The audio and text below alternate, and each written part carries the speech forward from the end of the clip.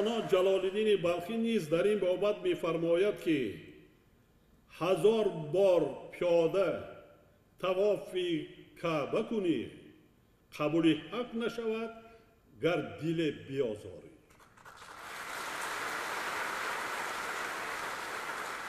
این حاجی‌ها را داخل دارد. حاجی‌های ما را 10 بار هم بعضاً حج می‌کند، نه که زبانش پاکیزه نیست. از فرودگاه تا خانه دلی 10 کس می‌رنجاند. بسیار حاجی‌های ما نه دعای پدر می‌گیرند نه مادر، نه احوال زندگیش نگاه می‌کنه، قرض قوانا می‌کند و می‌رود. نه بعضاً همین چیزا هم مسابقه است. من رفتم آمدم، حج رفتی، زیارت کردی، از خدا چیزی طلب کردی، برای خودت کردی. منت نکن، با کسی دیگر منت نکن. تو همون شخص هستی، دیگر نشده ای. همون احمد زیارت کردی، خانه خدا آمدی، همون احمد.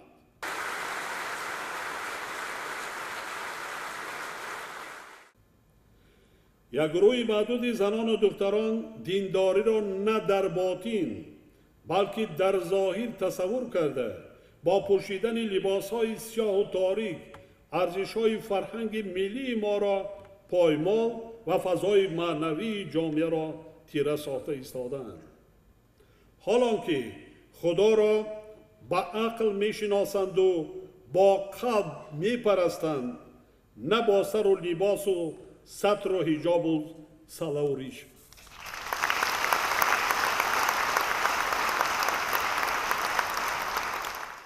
من میگیرم درخواست و مکتوب‌های زیاد میگیرم. میکروفونی آزاد ماندیم. مردم اکثری کمبودی‌ها را در جاها گپ میزدند. ما اون چی که اشاره کردم، خفه نشوید، گله نشوید. من بسیار چاره‌های قطعی میبینم. مردم خودشان میبینن، منصبدار، صاحبکاران، اهل علما، خدمتچیان حربی، ساختارهای قدرتی، نظامی، سودها، پرکرارها، خویشاوندان نزدیکشان رعایت نمیکنند.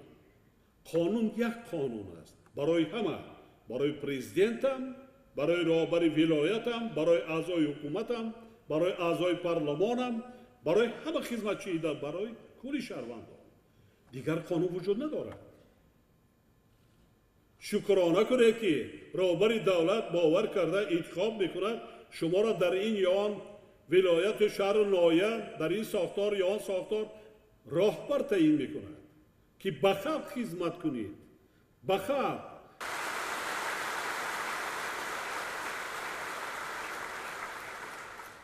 سر کرده از اعضای حکومت، وکیلان مردمی، همه خدمتچیان دولتی،